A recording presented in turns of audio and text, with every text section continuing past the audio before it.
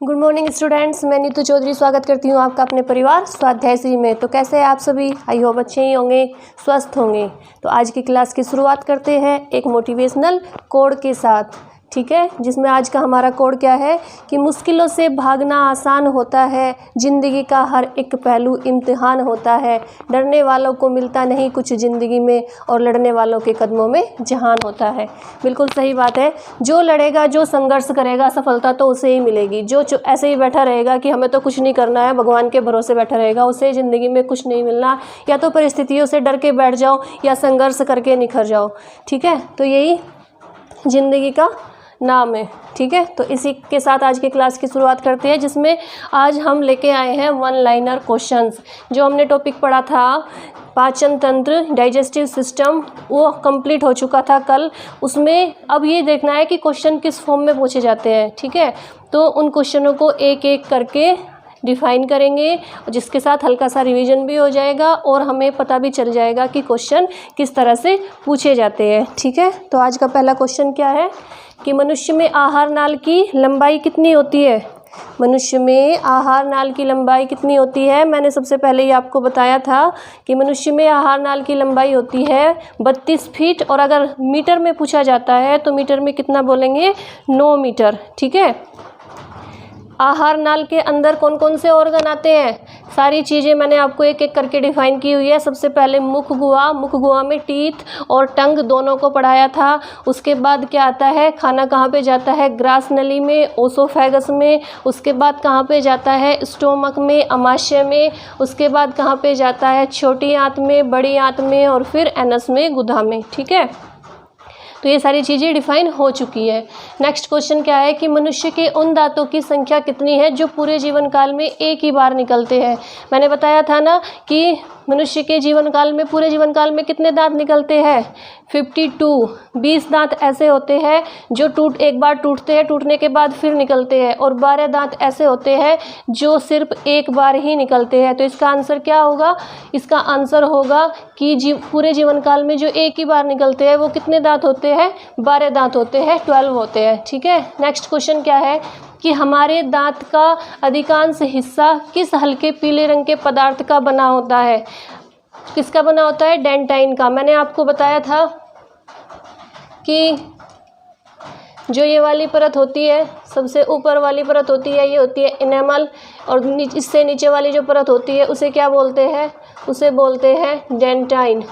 तो ये किसका बना होता है? ये किस कलर का होता है? हल्के पीले रंग का होता है। हमारे दांत का जो अधिकांश हिस्सा होता है वो हल्के पीले रंग का होता है, और वो किसका बना होता है? डेंटाइन का बना होता है, ठीक है। नेक्स्ट क्वेश्चन क्या है, हमारे शरीर का सबसे मजबूत भाग कौन सा है? मैं आप लोगों को इसे नोट डाउन करने का टाइम भी दूंगी, फिर से एक बार रिवीजन करा दूंगी। आप धीरे धीरे एक एक क्वेश्चन को नोट डाउन करते रहिए, ठीक है। अब नेक्स्ट क्वेश्चन क्या है कि हमारे शरीर का सबसे मजबूत भाग कौन सा है? मैंने बताया था ना कि एनिमल है, जो सबसे ऊपर वाली परत है वो शरीर का सबसे मजबूत भाग माना जाता है। लेकिन अगर क्वेश्चन आता है कि हमारे शरीर की सबसे मजबूत बोन या हड्डी कौन सी है, तो वो कौन सी होती है? जबड़ा, ठीक है। इसमें कंफ्यूज नहीं होना। नेक्स्ट क्वेश्चन क्या है कि मानव शरीर की सबसे मजबूत बोन, देखिए नेक्स्ट क्वेश्चन यही आ गया, क्या होता है? जबड़ा होता है। नेक्स्ट क्वेश्चन क्या है कि हमारे दांत इनामेल और डेंटाइन मुख्य रूप से किससे बना होता है? जो ये इनामेल और डेंटाइन होता है ये किससे बना होता है? सभी को पता है कि दांत किससे बने होते हैं? कैल्शियम से बने होते हैं।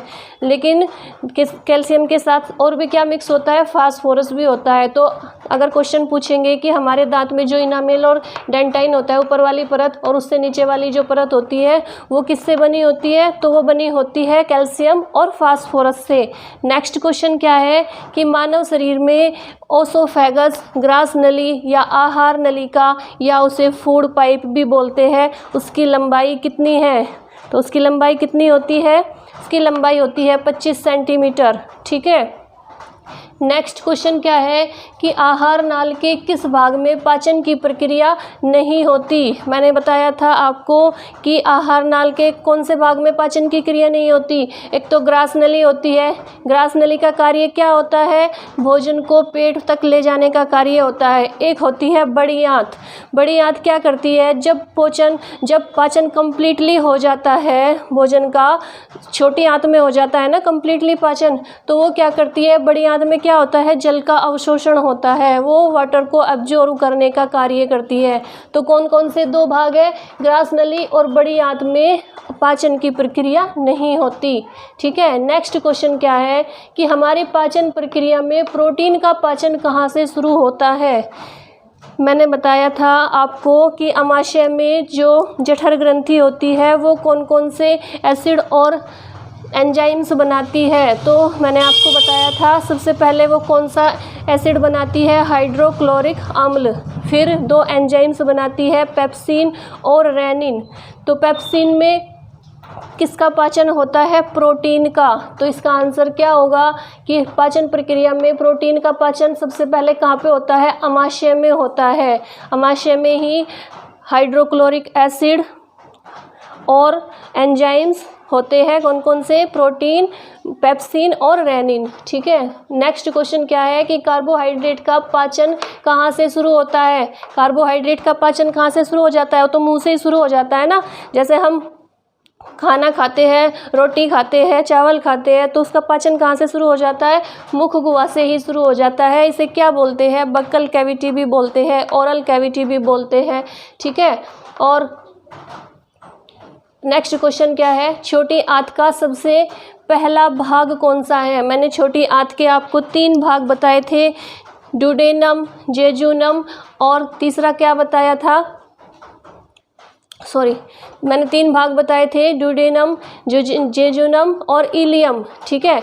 ड्यूडेनम कौन सा होता है, सबसे पहला वाला भाग होता है जहाँ पे कौन कौन से ऑर्गन स्थित होते हैं, लीवर और क्या होता है, पैनक्रियाज। दूसरा जो भाग होता है वो कौन सा होता है, वो होता है जेजुनियम, जो क्या करता है, खाने को फैलाने का कार्य करता है और खाना फैलने के बाद क्या हो जाता है, पतला हो जाता है। और जो थर्ड वाला भाग होता है इलियम, उसमें क्या होता है, भोजन का कंप्लीटली पाचन हो जाता है। ठीक है।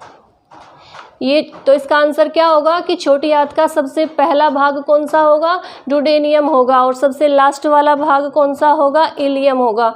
ठीक है। नेक्स्ट क्वेश्चन क्या है कि मानव शरीर में खाने का सबसे अधिक पाचन कहाँ पे होता है।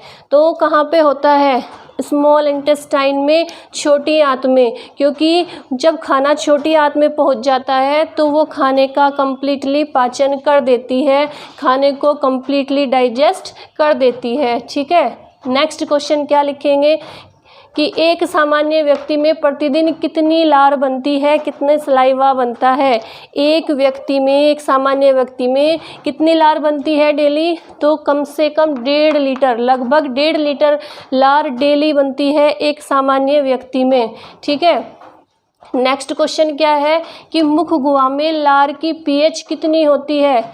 जो ओरल कैविटी होती है, बक्कल कैविटी होती है, उसमें जो सलाइवा होती है, लार होती है, उसका पीएच कितना होता है, 6.8 होता है। ये सारी चीज़ें मैं आपको करा चुकी हूँ, लेकिन अभी हम क्या कर रहे हैं कि क्वेश्चन की फॉर्म में पढ़ रहे हैं और हमें इसका हमारा रिवीजन भी साथ साथ होता जा रहा है। ठीक है। नेक्स्ट क्वेश्चन क्या है कि मुख गुहा में हो गया, ये तो पित्तरस यानी बाइल जूस कहाँ से स्रावित होता है।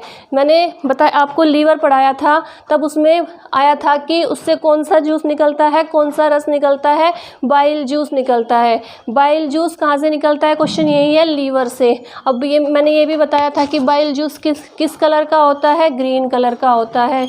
ठीक है। नेक्स्ट क्वेश्चन क्या लिखेंगे कि पैनक्रियाज किन किन कोशिकाओं से मिलकर बना होता है। पैनक्रियाज कहाँ पे स्थित होता है, पैनक्रियाज होता है ड्यूडेनियम वाले भाग में, जो स्मॉल इंटेस्टाइन होती है, छोटी आंत होती है, उसमें जो सबसे ऊपर वाला भाग होता है डेडुनम वाला जो भाग होता है, जिसे हिंदी में ग्रहणी बोलते हैं। तो पैनक्रियाज कहाँ पे स्थित होता है, वहीं पे इसी भाग में स्थित होता है, ठीक है। और ये किन किन कोशिकाओं से मिलकर बना होता है? ये 4 कोशिकाओं से मिलकर बना होता है। वो कौन कौन सी होती है? अल्फा, बीटा, डेल्टा और एफ सेल। मैंने बताया था आपको कि जो अल्फा, बीटा और डेल्टा होती है वो किसका निर्माण करती है? हार्मोन्स का निर्माण करती है। और जो एफ सेल होती है वो क्या बनाती है? पैनक्रियाटिक जूस बनाती है, जिसे हिंदी में बोलते हैं अग्नाशयी रस, ठीक है। तो ये हो गए 16 क्वेश्चन। 17 पे आएंगे कि एफ सेल में कौन कौन से एंजाइम्स होते हैं। एफ सेल में मैंने आपको तीनों एंजाइम्स बताए थे, जिसकी ट्रिक याद करने की है। लेट यानी LAT, एल से याद रखेंगे, लाइपेज ए से याद रखेंगे, अमाइलेज और टी से याद रखेंगे ट्रिप्सिन। लाइपेज किसका पाचन करता है? वसा का या लिपिड का पाचन करता है। अमाइलेज किसका पाचन करता है? कार्बोहाइड्रेट का पाचन करता है। और जो ट्रिप्सिन होता है वो किसका पाचन करता है? वो प्रोटीन का पाचन करता है। तो एफ सेल में कौन कौन से एंजाइम्स होते हैं? लाइपेज, अमाइलेज और ट्रिप्सिन, ठीक है। नेक्स्ट क्वेश्चन क्या है कि सबसे बड़ा आंतरिक अंग कौन सा माना जाता है? सबसे बड़ा आंतरिक अंग माना जाता है लीवर।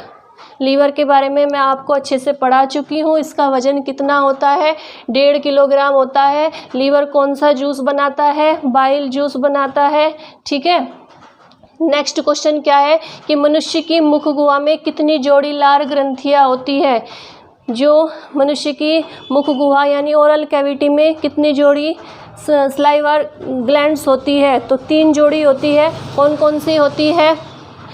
सबसे पहले जो सबसे कान की सीध में होती है उन्हें बोलते हैं पैरोटिड ग्लैंड या कर्णमूल ग्रंथि।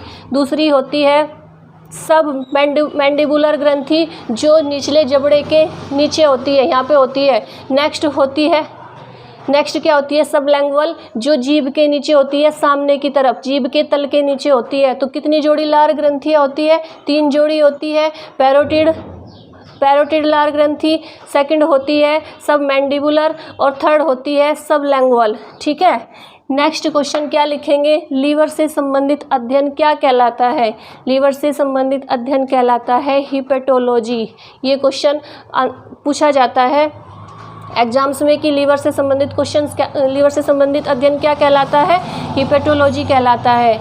इसी तरह कि दांतों का अध्ययन विज्ञान की किस शाखा में किया जाता है? नेक्स्ट क्वेश्चन क्या है कि जो दांतों का अध्ययन किया जाता है वो विज्ञान की साइंस की किस शाखा में, किस ब्रांच में किया जाता है?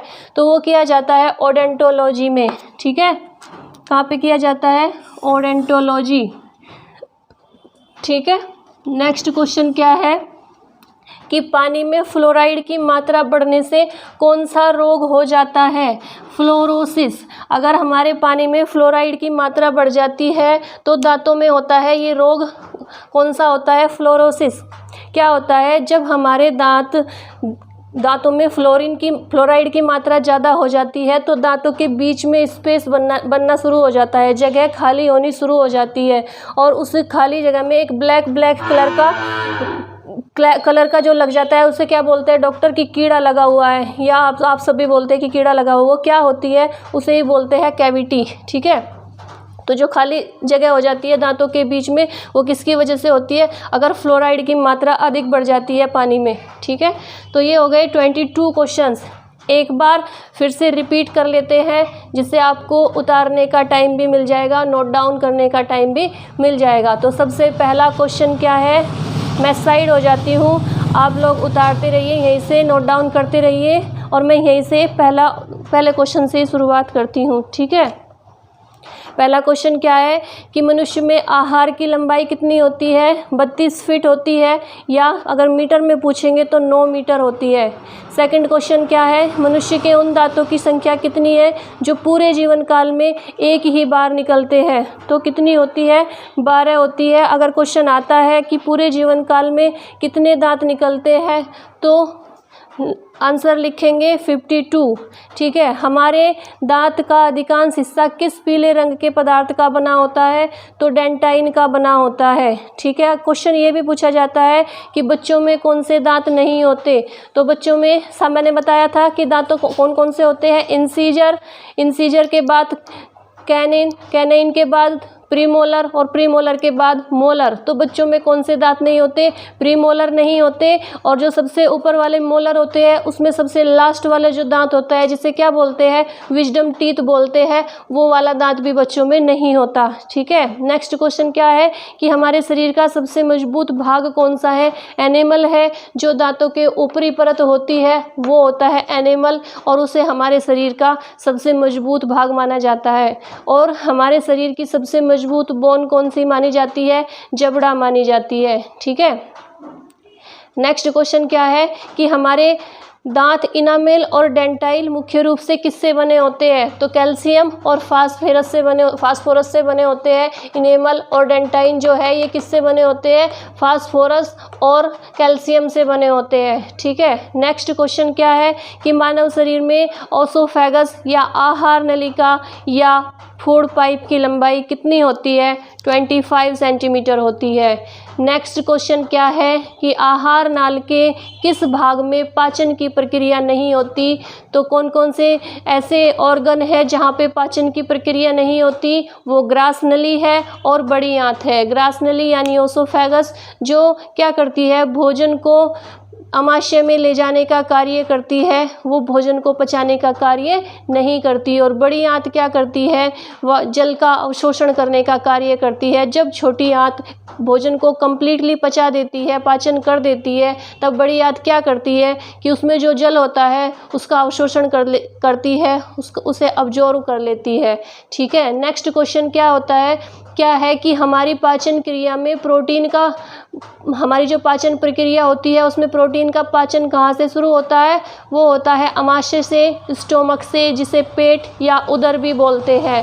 ठीक है, तो जो प्रोटीन का पाचन होना शुरू होगा वो कहाँ से होगा? अमाशय से होगा, पेट से होगा। कार्बोहाइड्रेट का पाचन कहाँ से होता है? बक्कल कैविटी से, मुख गुहा से। ठीक है, नेक्स्ट क्वेश्चन क्या है कि छोटी आंत का सबसे पहला भाग कौन सा है? डुडेनम। दूसरा भाग है जेजुनम। तीसरा भाग है इलियम। ठीक है, इलियम वाले भाग में आते ही भोजन क्या होता है? कंप्लीटली पाचन हो जाता है भोजन का। ठीक है, नेक्स्ट क्वेश्चन क्या है? और भोजन का अवशोषण कहाँ पे होता है? छोटी आंत में। तो मैंने बताया था आपको कि सबसे लास्ट में जो छोटी आंत का सबसे लास्ट वाला भाग होता है उसे क्या बोलते हैं? विली। और वो क्या करता है? भोजन को अवशोषित करने का कार्य करता है। ठीक है, नेक्स्ट क्वेश्चन क्या है कि इसे नोट डाउन करते रहिए, मैं इसीलिए साइड हो रखी हूँ।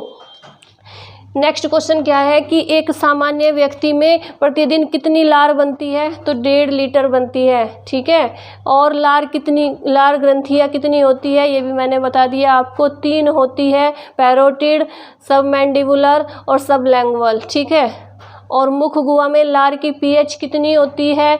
6.8 होती है। जो बाइल जूस होता है, पित्त रस होता है, वो कहाँ से स्रावित होता है? लीवर से स्रावित होता है। और स्टोर कहाँ पे होता है? पित्ताशय में आके स्टोर हो जाता है, गाल ब्लेडर में स्टोर हो जाता है, जिसे पित्त की थैली भी बोलते हैं। ठीक है, नेक्स्ट क्वेश्चन क्या है कि पैनक्रियाज किन किन कोशिकाओं से मिलकर बना है? अल्फा, बीटा, डेल्टा और F cell. Alpha, beta, delta क्या करती है? हार्मोन का निर्माण करती है। और जो एफ सेल है वो क्या करती है? वो एंजाइम्स का निर्माण करती है। और उसमें कौन कौन से एंजाइम्स होते हैं? लाइपेज, अमाइलेज और ट्रिप्सिन। LAT से याद रखेंगे। लाइपेज क्या करता है? लिपिड का पाचन करता है, वसा का पाचन करता है। अमाइलेज कार्बोहाइड्रेट का पाचन करता है। और ट्रिप्सिन प्रोटीन का पाचन करता है। नेक्स्ट क्या है कि सबसे बड़ा आंतरिक अंग कौन सा माना जाता है? लीवर माना जाता है, जिसका वजन कितना होता है? 1.5 किलोग्राम होता है। ठीक है, नेक्स्ट क्वेश्चन क्या है कि मनुष्य की मुख गुहा में कितनी जोड़ी लार ग्रंथियाँ होती है? मैंने आपको बता ही दिया, 3 होती है, पैरोटिड, सबमैंडिबुलर और सबलैंग्वल। नेक्स्ट क्वेश्चन क्या है कि लीवर से संबंधित अध्ययन क्या कहलाता है? हिपेटोलॉजी कहलाता है। नेक्स्ट क्वेश्चन, दांतों का अध्ययन क्या कहलाता है? ओडेंटोलॉजी कहलाता है। और पानी में फ्लोरीड की मात्रा से कौन सा रोग हो जाता है? वो होता है फ्लोरोसिस। तो ठीक है, आज मैं क्वेश्चन सी लेके आई थी, कल हमारा नया चैप्टर शुरू होगा। ठीक है, उसमें हम एक एक पॉइंट करके सेम ऐसे ही पढ़ेंगे जैसे हमने पाचन तंत्र को पढ़ा, डाइजेस्टिव सिस्टम को पढ़ा, ब्लड सर्कुलेटरी सिस्टम को पढ़ा और सेल को पढ़ा। तो हमारे 3 चैप्टर कंप्लीट हो चुके हैं। कल हमारा 4th चैप्टर शुरू होगा। इसके लिए मुझे आप सबके सपोर्ट की बहुत ज़्यादा ज़रूरत है। आपको क्या करना है, खाली वीडियो को शेयर करना है, सब्सक्राइब करना है और लाइक करना है और कमेंट करके बताना है कि क्लास कैसी लगती है। और मैं डेली बोलती हूँ आपको कि अगर क्लास में कुछ कमी है तो आप बताइए, ठीक है। धीरे धीरे और सब्जेक्ट की क्लास भी शुरू होगी, जैसे हिंदी की क्लास भी हम 2-4 दिन में शुरू कर देंगे, ठीक है। उसके बाद static GK, UP GK, Uttarakhand वगैरह सारी चीज़ों की क्लास अवेलेबल करेंगे। लेकिन सब कुछ धीरे धीरे ही होता है, एकदम से तो कुछ भी नहीं होता कि हम एकदम से सब कुछ शुरुआत कर दें और एकदम से हमारा काम चलना शुरू हो जाए। तो क्या करते हैं हम, शुरुआत जब हम 10,000 कदम बढ़ाने के लिए क्या करते हैं, पहले कदम की शुरुआत तो करनी ही पड़ती है, पहला कदम तो बढ़ाना ही पड़ता है, ठीक है। तो इसी के साथ आज की क्लास यहीं पे एंड करते हैं। कल की क्लास में फिर मिलते हैं एक नए चैप्टर के साथ, ठीक है। तो आज के लिए धन्यवाद। जय हिंद, जय भारत।